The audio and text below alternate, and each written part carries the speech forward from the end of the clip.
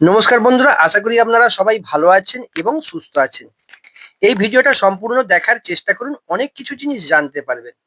এরকম ভিডিও অনেকে তৈরি করেছেন, কিন্তু আমি একটু অন্যরকম ভিন্ন স্বাদের ভিডিও তৈরি করছি আসল সত্য, আসল তথ্য জানাবার জন্যে। এটা কৃষ্ণনগরের 3 ইঞ্চি দুর্গাবাড়ির প্রধান ফটক। 1952 সালে এই দুর্গাবাড়ি প্রতিষ্ঠিত হয়। আমরা এই 3 ইঞ্চি দুর্গাবাড়ির সম্বন্ধে অনেক অনেক রকমের ভিডিও দেখেছি, কিন্তু আসল তথ্য কি আপনাদের তুলে ধরার জন্য এই ভিডিওটা তৈরি করলাম। এটা দেখতে পাচ্ছেন 3 ইঞ্চি দুর্গাবাড়ির বাইরের প্রাচীর। আমরা অনেকে অনেক রকম ভাবে এই ভিডিওটা দেখেছি, কিন্তু আমি সম্পূর্ণ ভিডিওটা দেখাবার চেষ্টা করছি 3 ইঞ্চি দুর্গাবাড়ির আসল রহস্য কি।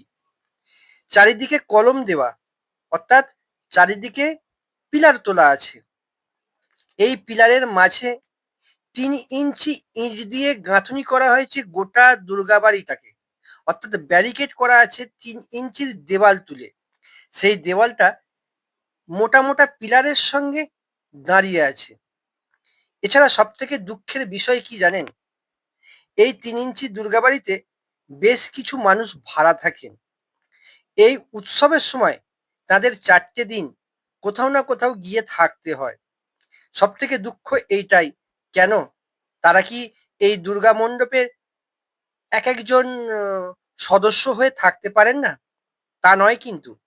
যারা এই দুর্গাবাড়ি প্রতিষ্ঠিত করেছেন, তারা এই 3টে দিন 4টে দিন প্রত্যেকটা ভাড়াটিয়াকে বলে দেন, আপনারা আগাম অন্য কোথাও থাকার ব্যবস্থা করবেন। এটা দুর্গাবাড়ির ভিতরের চিত্র। তলায় এবং উপরে অনেকজন ভাড়া থাকেন।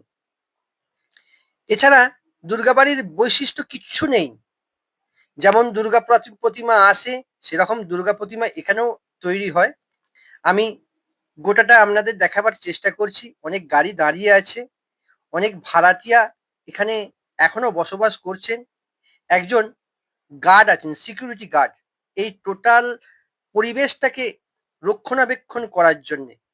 এখনো মা লক্ষ্মী এই দুর্গা মণ্ডপে উপস্থিত আছেন।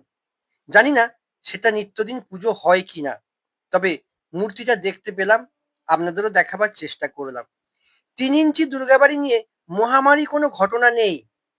আপনারা যদি এই 3 ইঞ্চি দুর্গাবাড়ি দেখার জন্য আগ্রহ প্রকাশ করেন, আপনাদের একটাই বলবো, এটা বিশেষ কিছু নয়।